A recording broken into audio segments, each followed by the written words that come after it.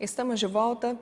E para continuar atendendo os 25 hospitais da região, o Hemonúcleo de Taubaté precisa permanecer com os estoques com todos os grupos sanguíneos. O novo Hemonúcleo de Taubaté tem a capacidade para ofertar e coletar 1.600 bolsas de sangue por mês. Isso representa 60% a mais nos atendimentos comparado ao prédio anterior. O horário de funcionamento do serviço também foi ampliado. Hoje o Hemonúcleo ele funciona de segunda a sexta-feira, de 8 às 17 horas, e aos sábados, de 8 a meio-dia.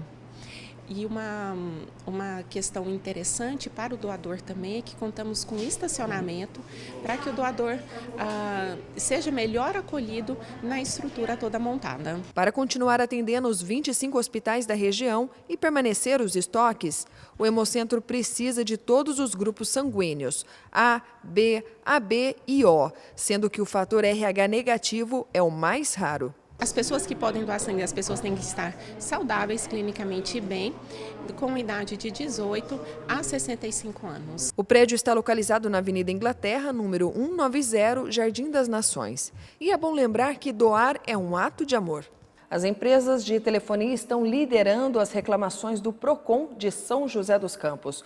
Foram contabilizados de janeiro e junho de 2017 40.309 reclamações. Isso representa 16% a mais do que em 2016.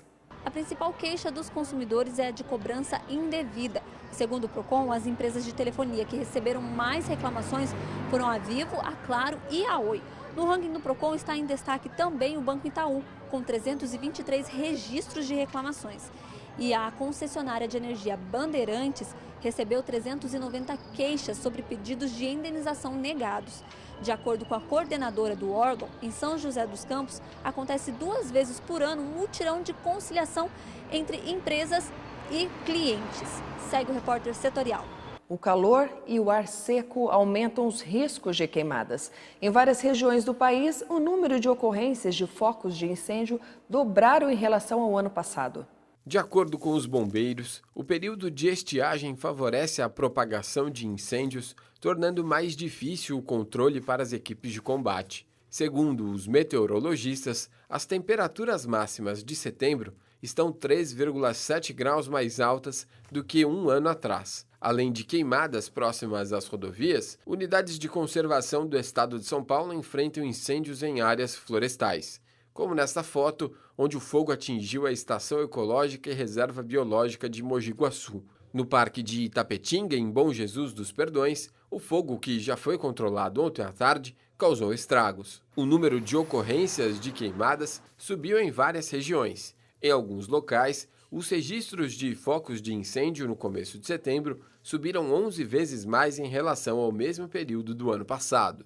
E o que acontece fora da nossa região é destaque no Giro News. Ok, vamos a algumas notícias nacionais. Raquel Dodge tomou posse nesta segunda-feira como Procuradora-Geral da República. Ela substitui Rodrigo Janot, que deixou o cargo após 4 anos na chefia do Ministério Público Federal. Estabelecimentos que geram mais de 2.000 litros de resíduos por dia, como shoppings e grandes mercados, são obrigados a assumir a responsabilidade pelo lixo que produzem. Com a nova lei, a coleta, transporte e destinação final do lixo devem ser feitos por equipe própria ou por empresa contratada. É responsabilidade do poder público aqueles resíduos que são gerados em residência, porque existe um quantitativo, né, que é pago através da taxa de limpeza, né? Os resíduos gerados em comércio, que é no caso que se aplica essa lei, ele é de responsabilidade do gerador. Todos os anos são apreendidos pela Receita Federal mais de 1,5 milhão de produtos vindos de contrabando ou de proprietários que não pagaram todos os impostos. O destino desses produtos são variados. Podem ser destruídos, incorporados ao patrimônio das instituições públicas, leiloados ou doados para instituições que ajudem pessoas carentes. Essa habilitação se dá por meio de cumprimento de uma série de requisitos que comprovem que ela é de fato de assistência social, sem fins lucrativos, reconhecida como de assistência social, né? E que esteja com toda a sua com toda a sua situação fiscal em dia, né, que tenha todas as certidões negativas. Essas são algumas notícias nacionais e eu volto ainda nesta edição com os destaques regionais. Fique agora com a entrevista especial de hoje.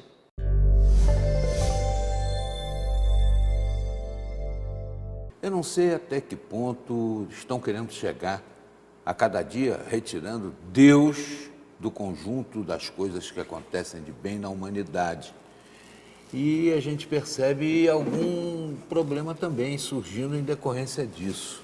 Até o Conselho Federal de Psicologia não quer que seja reconhecida a psicologia cristã.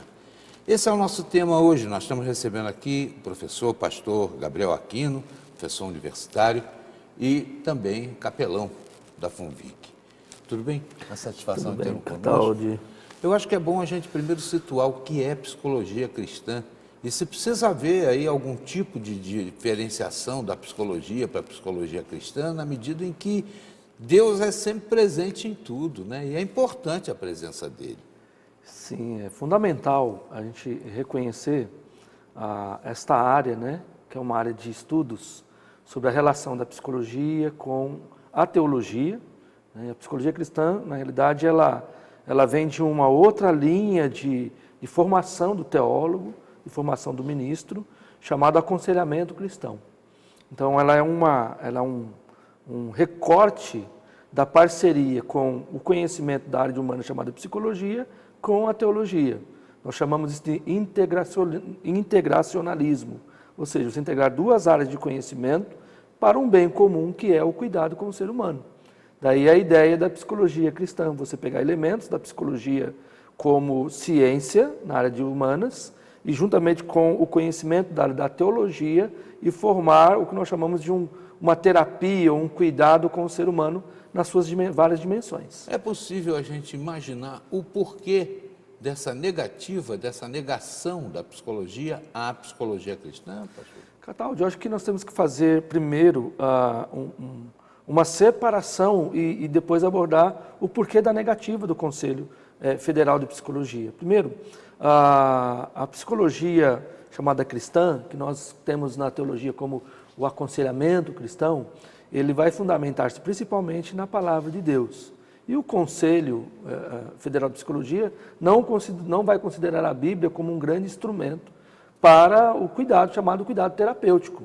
Então ela não reconhece isso, né, essa dimensão outra chamada subjetividade ou espiritualidade. O outro lado é ter um Conselho Federal de uma área de humanas sem conhecimento da área da teologia, ou a dimensão chamada espiritual, né, da espiritualidade, outra dimensão humana. Isso traz um problema, porque como vai poder o Conselho Federal de Psicologia legislar problemas ou adversidades dentro de uma área que ela não tem competência? Então, o conflito é um conflito também no que diz respeito ao seu papel enquanto um conselho. Agora, pastor, eu acho que negação é uma expressão muito forte, né? E que realmente acho totalmente desnecessária, até porque eu vejo muito êxito na aplicação do uso da presença de Deus em vários tratamentos. Se a gente for recorrer aí ao que é feito com os alcoólicos anônimos, os dependentes químicos, né? Nas clínicas, salas de AA, sempre é evocada a presença de um poder superior, para não haver realmente discussão entre católicos, evangélicos ou seguidores de outras práticas, judaísmo e tudo, que tem de todos esses segmentos nas salas. Mas não se pode negar que essa terapia invocando a presença de Deus é maravilhosa para essas pessoas e às vezes a psicologia não resolve esses problemas. Sim. A psicologia dita pura, né? Sim, o que nós não podemos negar o fato de que a fé, né, a crença, a convicção, a fé é um grande elemento, ela é fundamental no processo de cura em várias áreas que nós temos aí.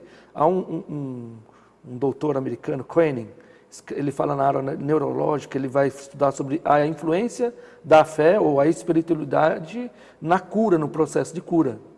Então, isso é pesquisado em várias universidades, inclusive na USP, na Unicamp, né, em Minas, aqui na Universidade Federal, né, algumas grandes universidades hoje, o estudo da influência da fé sobre o processo de cura é pesquisa assim, de milhões e milhões de artigos na internet, por exemplo, e nas grandes universidades. Eu então, gosto sempre de trazer assim, esse exemplo do Bill e Bob, que eram duas pessoas que tinham dependência química, se uniram numa sala para tentar a superação. Um deles superou com muita facilidade, né? Sempre invocando a oração da serenidade, que diz lá, concedei, Senhor, a serenidade necessária para aceitar como são as coisas que podemos modificar, que não podemos modificar, sabedoria para modificar aquelas que podemos e sabedoria para distinguir uma das outras. E é assim que um vai dando força para o outro, sempre com a presença de Deus. Aí o sujeito vem lá de Brasília e fala assim, vamos retirar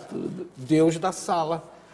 Esse caminho que nós chamamos aí da ciência moderna. A ciência moderna isola Deus, deixa Deus de lado, né? Deixa as questões espirituais de lado e vai caminhar como a fonte única da verdade. Essa é uma crítica que nós temos que fazer ao Conselho Federal. Ele não pode esvaziar essa essência do ser humano, que também é espiritual. Na realidade, a psicologia também trabalha com subjetividade. Ela trabalha sempre com subjetividade. O problema é que o Conselho Federal arroga a si o direito ou o juízo em determinar que não temos que tirar Deus da vida do ser humano, e não é somente o Conselho Federal de Psicologia, mas quase toda a nossa educação no Brasil, que é uma corrente bem marxista, uma corrente onde Deus tem que ficar de lado, ou totalmente excluído, né? Bem ou até, nem existir. Ou nem existir. Aí não tem como, nós temos o resultado disso no próprio mundo hoje, que nós discutimos um pouquinho antes da nossa conversa sobre a questão da corrupção do gênero humano, sobre o que nós estamos vendo no nosso país e no mundo. Quando você esvazia aquilo que faz parte do ser humano, que é a sua vida espiritual, você matou o homem. E a gente vê aí veículos de comunicação pujantes, importantes, né? Fazendo aí também esse tipo de, eu digo, um retrocesso na vida espiritual. E tem mais, tem uma pesquisa que diz que mesmo pessoas que não são seguidoras religiosas, mas que se submetem, talvez até sem saber, a uma corrente positiva de religião que ora por elas, fora do ambiente em que elas estão, registram melhoras no seu estado de saúde só pela oração dos outros. Eu vou lhe pedir para a gente falar e mergulhar um pouco mais nesse campo na volta da entrevista aqui.